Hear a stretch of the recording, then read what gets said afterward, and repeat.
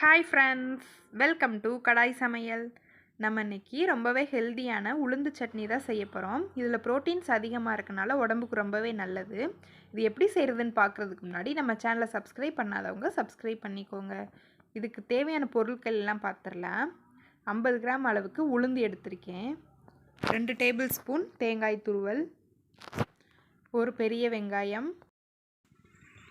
பச்சை மிளகாய், உப்பு, இஞ்சி, பூண்டு, தாளிக்கிறதுக்கு கடுகு, ஒரு வரமிளகாய், கறிவேப்பிலை, எண்ணெய். இவ்வளோ தான் இதுக்கு தேவையான பொருள்.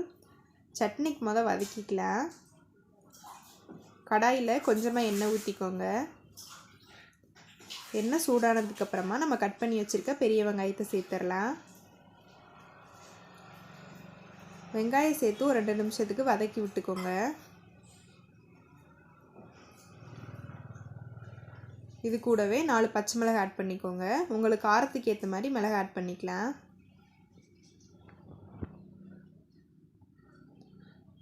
இது கூட இஞ்சி பூண்டு சேர்த்துக்கலாம். 4ஐயும் சேர்த்து நல்லா வதக்கி விட்டுக்கோங்க.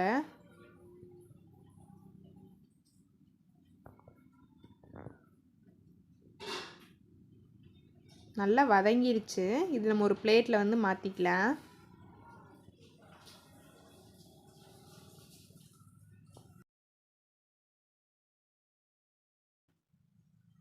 இதிலேயே உளுந்தையும் சேர்த்து வதக்கிக்கலாம். உளுந்து நல்லா செவந்து வர வரைக்கும் வதக்கிக்குவோம். இதில் ப்ரோட்டீன்ஸ் அதிகமாக இருக்கனால உடம்புக்கு ரொம்பவே நல்லது. வாரத்தில் ஒரு நாள் இந்த மாதிரி சட்னி அரைச்சி சாப்பிடுங்க. டேஸ்ட்டும் உங்களுக்கு ரொம்பவே சூப்பராக இருக்கும். நல்லா செவந்து வந்துருச்சு. இப்போ நம்ம அடுப்பு ஆஃப் பண்ணிக்கலாம். இதை நல்லா ஆற வச்சுட்டு மிக்ஸி ஜாரில் போட்டு அரைச்சிக்குவோம். நல்லா ஆறிடுச்சு. இதை மிக்ஸி ஜாரில் ட்ரான்ஸ்ஃபர் பண்ணிடுறேன்.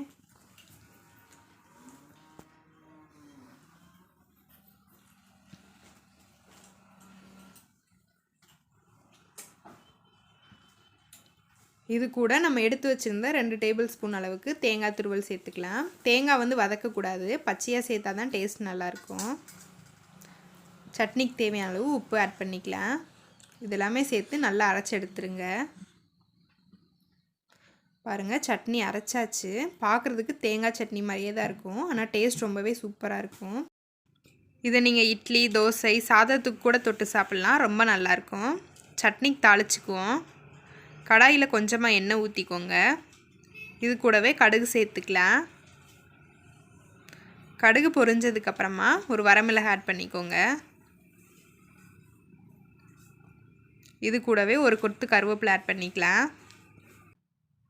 கருவேப்பிலை பொரிஞ்சதுக்கப்புறமா அடுப்பை ஆஃப் பண்ணிக்கோங்க. அவ்வளோதான், சட்னியில் ஊற்றிடலாம். நம்மளுடைய ப்ரோட்டீன் ரிச் உளுந்து சட்னி ரொம்பவே சூப்பராக ரெடி ஆகிடுச்சு. கண்டிப்பாக நீங்களும் இதே மாதிரி ட்ரை பண்ணி பாருங்கள். ட்ரை பண்ணி பார்த்துட்டு எப்படி இருக்குங்கிறத கமெண்ட்ஸில் சொல்லுங்கள். இந்த வீடியோ பிடிச்சிருந்தா லைக் பண்ணுங்கள், ஷேர் பண்ணுங்கள். நம்ம சேனலில் மறந்துடாமல் சப்ஸ்கிரைப் பண்ணிக்கோங்க. தேங்க்யூ ஃபார் வாட்சிங்.